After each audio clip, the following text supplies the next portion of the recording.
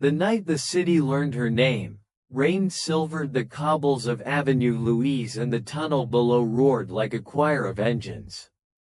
Ava Cruz rested her hand on the fender of a matte black S15 she'd built from a wreck and stubborn hope, forged internals, single turbo that spooled like a secret, hand-stitched suede wheel with the stitches slightly crooked because she'd done them herself at 3 a.m. A thin scar crossed her knuckle where the wrench slipped the night her brother left. 5 minutes, Malik said, glancing up the boulevard. His E46 idled beside her, V8 swapped, exhaust note a smug baritone. Tattoos crept from under the cuff of his jacket like ivy. You ready to make noise, or you gonna play nice for the locals? Ava smiled without her eyes. We play nice after we win. On the other side of the start line, a half-moon of cars shone under street lamps. A blister-orange Supra with an idol like an argument. Katya's 3 rupees in gunmetal gray. A Cayman that looked too rich to be here until it revved. Crowds lined the rails, phones waiting. The rules were simple and stupid. Down into the Louise tunnel, out along the inner ring, through the tunnel again, and first back under the arches at Cinquantenaire wins. Simple enough to make people forget how much could go wrong. Theo's voice came through the in-car comms, warm, wry. Telemetry is green. Tire temps are a little cold. And if you lose, Ava, I'm painting cats on your valve cover. She eyed the white Transit parked like a food truck across the plaza. Theo Laurent could make anything talk, cars, cameras, vending machines that had seen better days. And he lived faster from a wheelchair than most people did on their feet. He'd rolled into her life when she rolled into Brussels, trading his soldering iron for her torque wrench. Family, the kind that had chosen each other. Copy, Professor, she said. What about street cams? I've persuaded the city they're on holiday, he said. But you have an Interpol tail on the far end. Elise Van Acker. She plays fair until she doesn't. I love a woman with hobbies, Malik muttered. Ava checked mirrors, tightened gloves. Noise climbed the tunnel in waves. Someone dropped their arm and the night leapt. The S15 lit like a fuse. Boost hit and the car rose on its own confidence. The tunnel swallowed them, sodium lights strobing across glass and skin. The Supra lunged first, the Cayman shadowed, the RS3 tucked into the wake of trucks like a polite shark. Ava slid to the wall, cut a late apex so sharp it shaved anxiety, and the Nissan stuck like a promise. The city unrolled, arcs of light, slick black, the occasional taxi playing Russian roulette with immortality. She drove like the road was a sentence she'd memorized and couldn't help reciting. Charging the second underpass, she saw blue strobes ahead, Elise, right where Theo said, blocking 2 lanes with a marked Skoda, hands loose on the wheel, gaze steady. As the herd bunched, Elise twitched the car half a meter, a move that told the rookies who owned this chessboard. Ava didn't brake. She downshifted, let the turbo sing, and threaded a gap that didn't exist until she believed in it. The Skoda's mirror kissed her door, a whisper of paint. Elise's mouth flattened. Respect, not surrender. They came up into the rain at the Parc du Cinquantenaire. Arches vaulted like ribs. The city was a body, and the racers were blood. Ava hit the last turn wrong on purpose, baiting the Supra into overcommitting.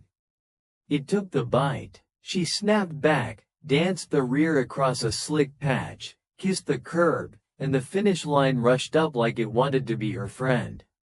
She won by a fender and the sound of her own name pulling out of 1,000 phones. She didn't raise her hands. She braked like she trusted physics and rolled under the arches into light. Elise Van Acker was waiting at the curb, rain beating on the brim of her cap. a face made to hold its ground. "You know this is stupid," she said conversationally as Ava lowered the window.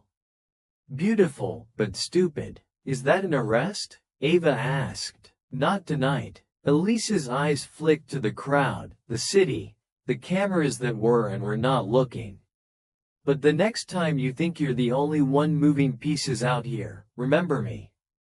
"Hard to forget." Ava nodded at the Skoda. "You scratch my paint? You owe me a beer." Elise almost smiled. "You owe me a city that sleeps." Malik slid in behind with a whoop. Katya idled up on the other side. Theo's laughter hissed in her ear like aerosol. It should have been one more victory that felt like a bruise healing. Then a man in a €2,000 coat stepped out of a black AMG and set a phone on her window ledge, screen up. It was paused on a video frame that made Ava's blood forget heat. Diego, wide-eyed, 20, guilty hands. Her kid brother, tied to a chair in a warehouse that smelled like wet concrete through a screen. The man's smile didn't reach his eyes. "Miss Cruz, my employer appreciates talent. He'd like to borrow yours. There's a convoy tomorrow night on the ring. You will intercept it for us." He didn't say please. He didn't need to with Diego frozen on the glass. Or your brother chokes on dust. Ava picked up the phone and didn't let her hands shake. "Your employer have a name?" "Kaspar Voss," he said, pleased to be recognized. "CEO of Black Forge, private security for places that had secrets to keep and gates to lock. We are professionals. Help us, and you and your family go back to your games." Elise was still 10 meters away, talking to a sergeant, the night inching back toward normal. Ava stared at the screen until the man took the device back and the rain washed the window clean. "Family." The word was a throttle. "You open it or you don't breathe. We'll be in touch," he said, and the AMG took him away, black water in black water. Theo's voice returned, muted now. "Ava, I saw." She sat back and let the breath she'd been saving for years go. She'd crossed oceans to outrun the mess she'd made in Barcelona. Diego had followed her like a shadow that didn't know it could be its own person. The past didn't know how to read a map. It only knew hunger. Malik leaned through her window, eyes soft as a socket. "What do we do?" Ava put the car in gear. "We don't steal for Voss," she said. "We steal from him." Daylight made the port of Antwerp look like a board game for gods. Cranes like praying mantises, stacks of containers in colors that felt like lies, the perpetual hush of too much metal pretending to be orderly. Ava and Theo had legit jobs here. Logistics consulting that paid in invoices and coffee and the occasional excuse to sit on the roof and watch ships reinvent the horizon. They laid out the plan in grease and pencil on Theo's workbench. Katya took notes in shorthand that looked like tire tracks. Malik picked up a socket, fidgeting, thinking. "Convoy's 3 trucks," Theo said, dragging a marker. 2 decoys, 1 reel. Black Forge don't do cute. The one we want has redundant comms in a Faraday cage with an external antenna.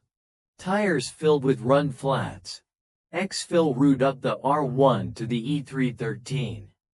If we hit near Merksem, we get empty side roads and only 3 minutes of high-value response. "An Interpol?" Katya asked. She wore her hair in a braid that counted laps.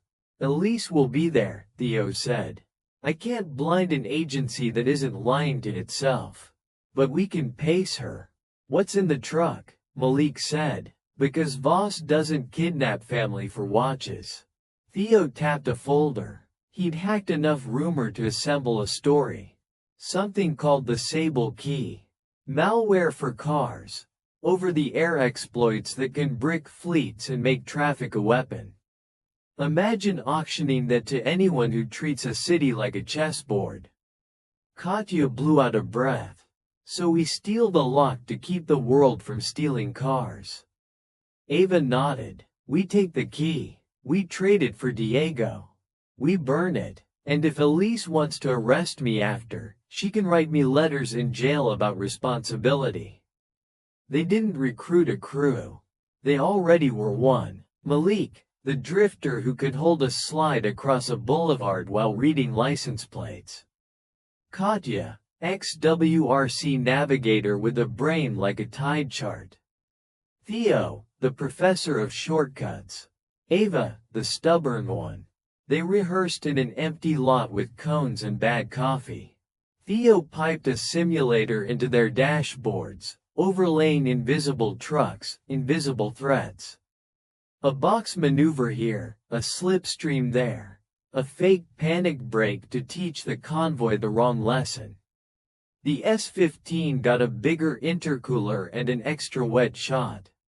Malik's E-46 got fresh rubber and a prayer to something that likes sinners. Katya swapped pads and recoded her abs to cheat physics while pretending to respect it. When night fell, they dressed the cars in plates they didn't own and hoped they did.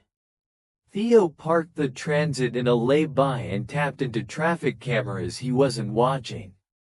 Elise, somewhere, checked her sidearm and told herself to be a cop and not a spectator.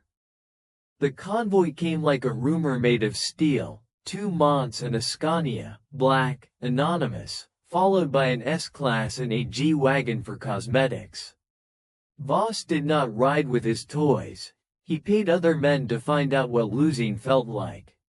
Malik went first, sliding in just ahead of the Scania, the BMW's tail title card perfect. The bodyguard in the G-Wagon leaned out to display a smile made of guns. Katya eased up on the left, steady as a surgeon scrubbing in. Ava hung back, counted her breaths, then pinned the throttle until Boost wrote her name on the asphalt. She slotted in front of the lead man with enough space to deny it an argument. Theo's voice. Now. Ava hit the brakes without letting the car believe she doubted it. Malik swung wide and scrubbed just enough speed to draw the Scania onto his line. Katya blocked the G-Wagon like politeness with teeth. The box closed. For a heartbeat, their little team owned that slice of the rain. The convoy tried to push through.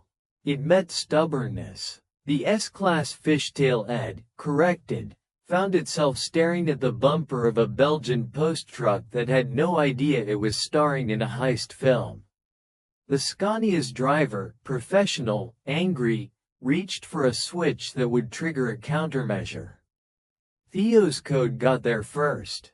The dash lights went festive. The radio decided to play a lullaby. Go, Theo said. Ava, peel. Katya, pinch. Malik, be the wall. Ava peeled. The lead truck tried to follow. She let it and then stole its momentum by taking a ramp and forcing it to decide between gravity and pride. It chose gravity. She cut across 2 lanes like choreography and tapped the bumper. The man's nose dipped. Anger met physics. The truck kissed the guardrail and reconsidered career choices. Katya pinned the Scania. Malik walled the G-Wagon. Theo sang the traffic lights asleep. Ava swung up onto the shoulder, jumped out into noise and rain, and took a Halligan bar to the truck's latch.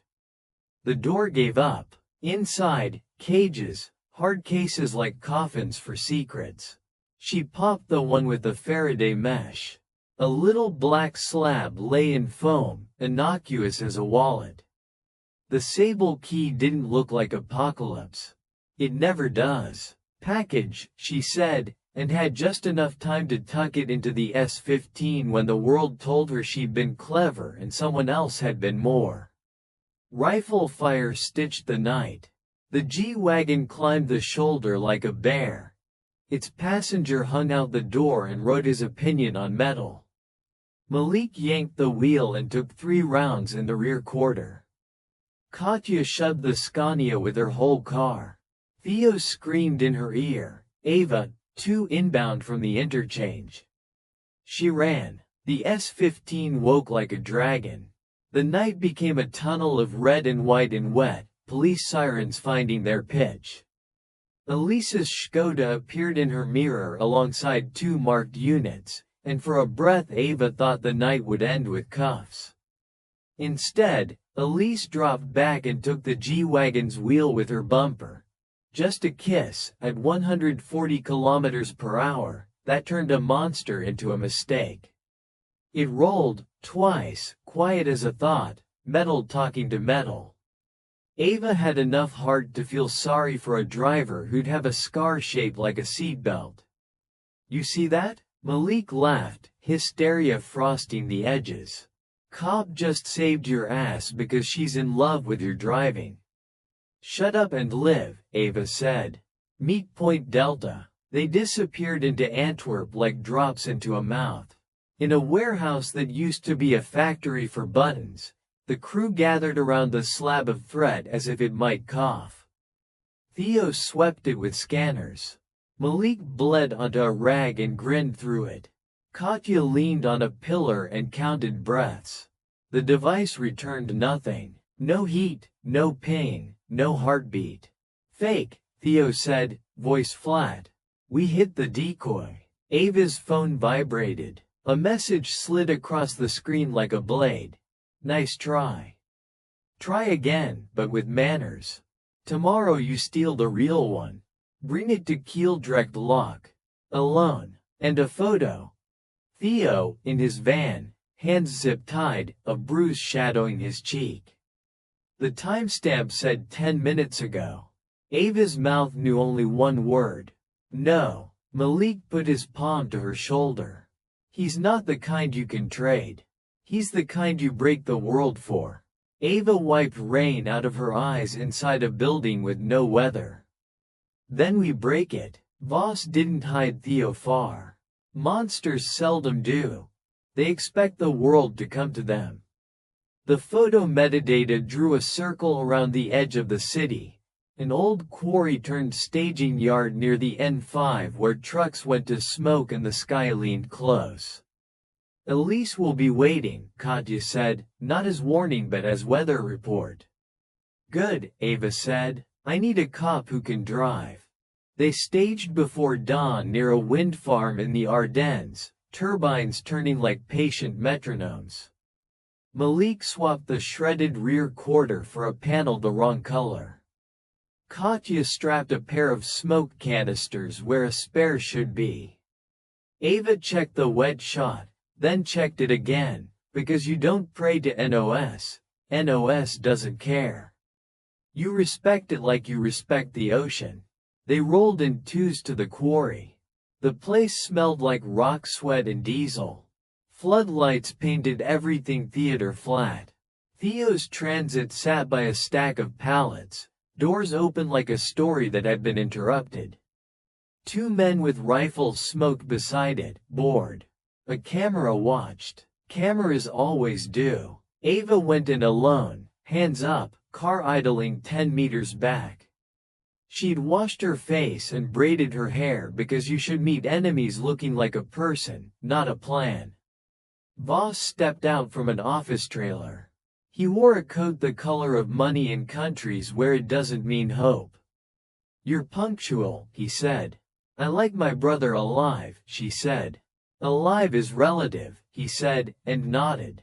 2 more men rolled Theo out in his chair, duct tape on his mouth, eyes bright with the kind of fury that keeps people warm in winter. "The real device is on a train to Cologne," Voss said, almost conversational. "Tonight, it meets a buyer who can pay to unmake cities. Bring it to me instead. Kieldrecht Lock, I will tell you which gate. And if I don't," she asked, because sometimes the script wants to hear itself.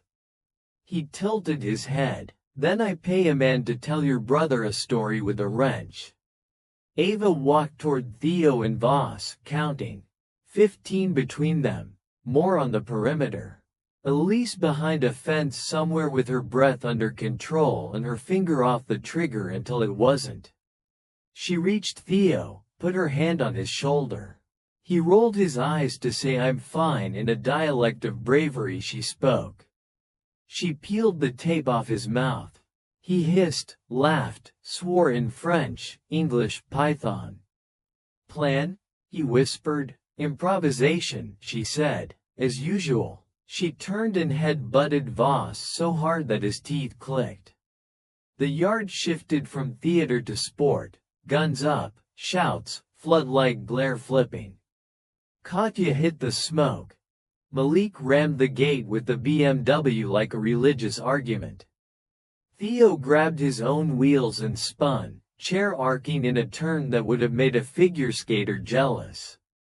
Ava dragged Theo behind a stack of pallets while bullets learned how to miss. The S-15 screamed up, door open. Elise's Skoda ghosted along the fence, siren off, lights off. And then it was in the yard because gaps exist for people who insist they do. Voss didn't shout. He lifted a hand and his people stopped like they owed him their hearts. He smiled through a mouth that would bruise. Bring me the train, he said to Ava through the smoke. Or bring me your brother. Either will do. Bring yourself a mirror, she said, and shoved Theo into the transit as Malik and Katya boxed them out. As Elise did something with the Skoda that would probably cost the city money and her a lecture. They bled out into the morning, the yard sound stuck in their hair. Back on the road, Theo was already typing one-handed. Train's the Night Falcon, he said. Automotive freight near the end, 2 armored carriages ahead of it. They put the key in one. It crosses the border at Liege at 1830. If we can get a car on the tracks. No tracks, Malik said. I'm not dying on rails. We don't put a car on the tracks, Katya said. We put a bridge on the road. They looked at her because her metaphors usually built themselves into plans if you let them. Viaduct at Moraznet, she said, tapping on the map with a fingernail. There's a maintenance road under the HSL. If we time it, we can run parallel, latch, and hop. She shrugged, the picture of someone who had navigated mountain stages so narrow you had to fold your mirrors. Physics will be offended, but it won't sue. Theo whistled. I can spoof signals to make the train think a maintenance crew is in the next block. Slow it to a crawl without redlining the system. Elise? The line clicked. A new voice as tired as a good detective's coffee. Elise here. I'm only listening because I hate Voss more than I like paperwork. You try to stop a high-speed train, I arrest you twice. Help us slow it, Ava said, surprising herself with how easily the plea ran. Then arrest me on the other side of saving a city. Silence. Then, you get me the device, and I get you 10 minutes before I remember my job. Deal. They did not rehearse. You don't rehearse a miracle. You prepare until preparation runs out, and then you let skill and nerve make up the difference. At dusk, they took positions along the maintenance road under the viaduct, a narrowing ribbon of asphalt, damp stone, a rail above like a promise. Malik ran point, Katya middle, Ava anchor. Theo parked on a gravel turnout, antennae and screens making his van look like a hedgehog with opinions. Elise stayed somewhere she could be useful and deniable. The Night Falcon appeared as a whisper, no giant thunder, just a long, hungry hush. Theo coaxed it down to a pace that offended its ego, not its schedule. 90, he said. 80. 75. Copy. Ava's hands were steady. Her chest wasn't. Malik? I'm the wall, he said, almost cheerful. Let's climb. Their cars rose up to the rhythm of the viaduct columns. Katya swung the RS3 close enough to taste the oil. Malik tossed a grappling line, custom steel hook welded to a coil spring, up and over the outer rail, and it bit. Sparks showered. The BMW jittered, found a new kind of traction between asphalt and gravity's temper. Ava went last. The S15's turbo screamed her sins to the stones. She threw her hook and it caught, and for a second she saw her brother at 13, debugging her first AQ flash by reading the manual out loud in a bad accent for luck. They ran parallel to the train. The armored car glinted ahead, white numbers stenciled on gray metal. Theo counted in their ears like a drumline. Now, now, now. Malik launched first, a controlled slide that carried him up the maintenance embankment and onto the service path along the track, then onto the platform of a maintenance notch like stepping onto a moving sidewalk. Katya followed, perfect and clean. Ava hit the ramp a touch hot, the S15's rear stepping out as if to ask if she meant it. She did. The car straightened. The world narrowed. They were a whisper away from the train, then touching it, magnet clamps catching the lip. Katya popped her belts, sprang out, sprinted along the side of the car like she was born sprinting along moving things. Malik held pace, right foot a metronome. Ava steadied their relative speed with a dance of throttle and brake that would sound boring to anyone who has never learned to love restraint. Katya planted a cutting charge on the armored door. Theo hummed lullabies to the train's cameras. Elise breathed in their ears like she was reminding them they were mortal. 3, Katya said. 2, 1. The door blew outward like a held breath. Inside, foam, cases, and in the center a single safe with a biometric pad and a sense of superiority. "Give me your hand," Katya said to the lock, and laid her palm on the pad. Theo sent a ghost of Voss's print through the air. The safe thought about wages and surrendered.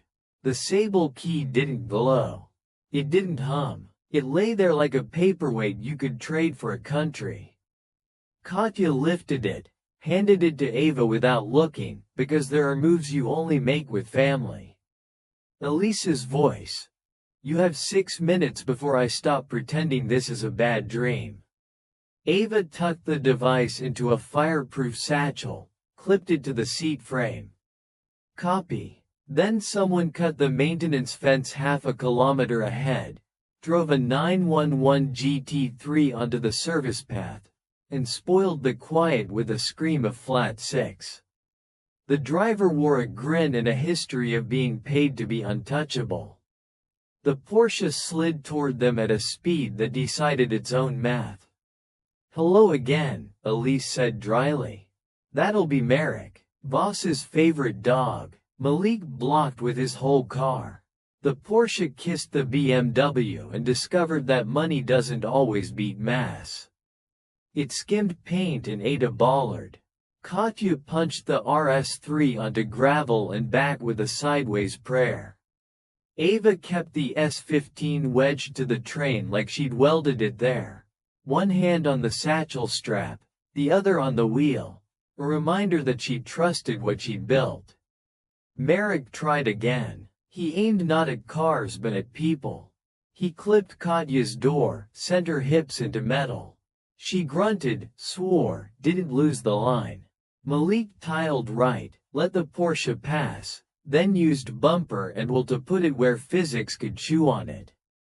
"Exit," Theo said. "You've got an access ramp in 30 meters. If you miss it, you ride to Germany." "Always wanted to see Cologne," Malik said. "Another time," Ava said, and they slipped off the lip like drop stitching out of a seam. The train rolled on, slightly amused. They fell back onto asphalt that had missed them, tires yelling, clamps pinging free like applause.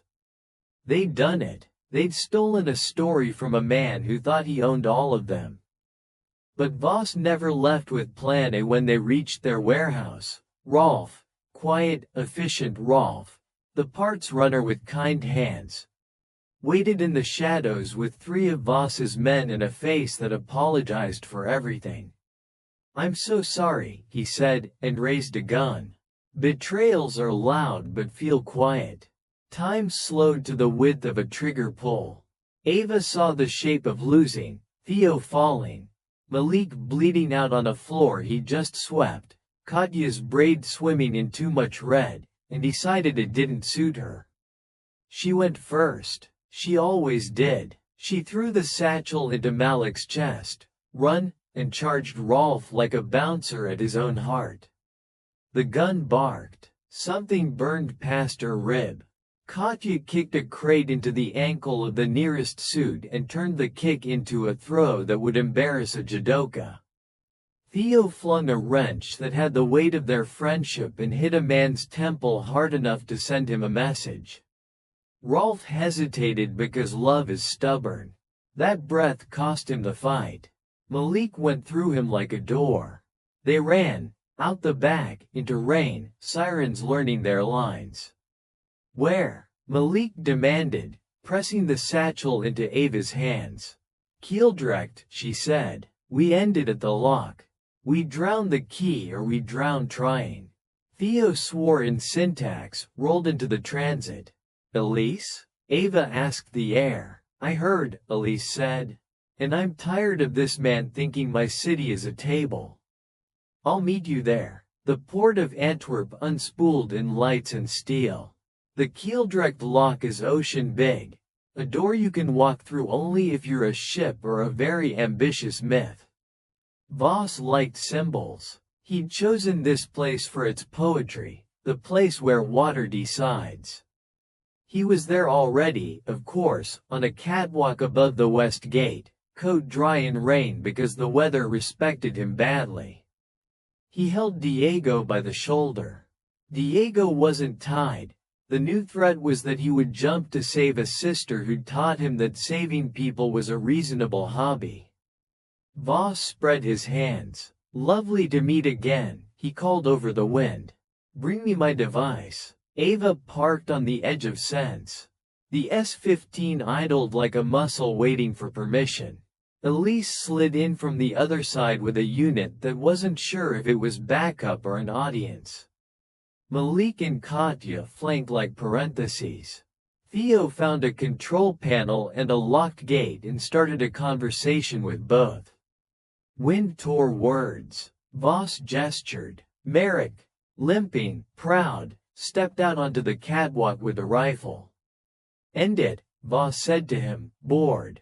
A single gunshot cracked the night. Merrick looked surprised, then went down, weapon clattering, a hole neat as punctuation over his pocket. Elise lowered her pistol and didn't smile. I warned you about my hobbies. Chaos tried to breed. Ava didn't let it. She walked forward with the satchel. Voss brought Diego to the handrail like a cat bringing a bird to a window. Stop, he said. No, she said, and kept walking. He laughed. You think you're the first to love someone so loudly the whole city hears it? Love is a currency and you are bad at math. Maybe, she said, but you're worse at family. She threw the satchel at him. He caught it by reflex because rich men trust gravity and gifts. He opened it because men like him never receive empty boxes. It was empty. Ava's left hand flicked and the real device, a flat black nothings, fell from her sleeve into the dark and the lock's throat took it the way deep water takes secrets. You don't drown code, men like Voss like to say. But you can drown a transmitter. You can drown options. You can drown a sale. Voss moved. Diego moved. Elise moved. Everything moved. Voss lunged for Diego's throat, anger finally making decisions for him, and Ava hit him at a sprint. They went hard into the rail. The catwalk groaned. The world decided not to break. Voss caught the rail, hissed, and showed his teeth. Kill her, he told the knight, but the knight had picked a team. His men opened fire. Malik and Katya answered with a physics lecture. Cars as cover, smoke as punctuation, motion as misdirection. Theo found the control for the west gate and coaxed it to lift itself an inch, then 3, then 10. Water heaved. The lock became a chest taking a breath it had been told it didn't deserve. Ava and Voss fought like people who hadn't drunk enough water. He was stronger, she was faster, both were stubborn. He swung, she ducked, he grabbed, she head-butted, he swore in a language he didn't respect. Diego stood where she could see him, hands up, saying, "Ava," like it was a word that could be a shield. Elise climbed the catwalk like she'd been waiting her whole life to climb this catwalk. She reached them as Voss got both hands on Ava's jacket and the rail groaned for real. She pressed the muzzle against his wrist, met his eyes, and said, "You're done." Voss didn't believe in being done. He twisted, dropped, and took the fastest way down, 20 meters into black water that accepted him as a tide. He didn't resurface. Maybe he would tomorrow. Maybe the sea was hungry. Either way, he was not here. Sirens learned new harmonies. The west gate's rise pulled a curl of water into the lock like a lion's mane. Elise exhaled like a human and pulled Ava to her feet. "You're under arrest," she said softly, like an apology the night could forgive. "Give me 10 minutes, Ava said, exactly as Elise had promised. "Then I'll hold out my hands." Elise looked at Diego, alive, shivering, eyes like a mile marker, and nodded. 9. They sat on the lip of the lock with their feet not quite over the edge like teenagers. Malik limped over, grinning because that's how he lost blood. Katya leaned on a bollard, braids soaked, eyes bright. Theo rolled up with a grin that could wire a city. Diego pressed his forehead to Ava's. "I'm sorry," he said, as if sorry could fix anything and knowing it couldn't. "Don't be sorry," she said. "Be better. Be home." He laughed, wet. "You stole a train." "I borrowed it," she said. "Ask Elise. She has the paperwork. They did the admin of survival, counting people, counting holes, counting luck." Elise collected the fake device from the satchel and the proof of its emptiness. "You drowned it," she said. "Felt poetic," Ava said. "Felt right," Elise corrected. She straightened, exhaustion making her human. "You still owe me a beer. And a booking." Ava held out her wrists. Malik made a sound like offense. Katya put a hand on his shoulder and squeezed. Theo looked like he was about to hack handcuffs. Elise hesitated, then took Ava's hands and didn't cuff them. 10 minutes, she said again. "For goodbye. For telling me how you did the maintenance ramp trick." Ava smiled with her eyes this time. "Trade secret." The city exhaled. The lock lowered. The port resumed being a machine that moved the world. Voss was a problem for tomorrow or never. The sable key was waterlogged myth. Family was messy and alive. A week later, a file crossed Elise's desk. Internal review, recommendations, the usual paperwork that pretends to be a story. She signed where she had to, stuck her neck where she shouldn't, lost a commendation she'd never wanted. She went for that beer. Ava met her on the steps of a bar that had been a warehouse that had been a church.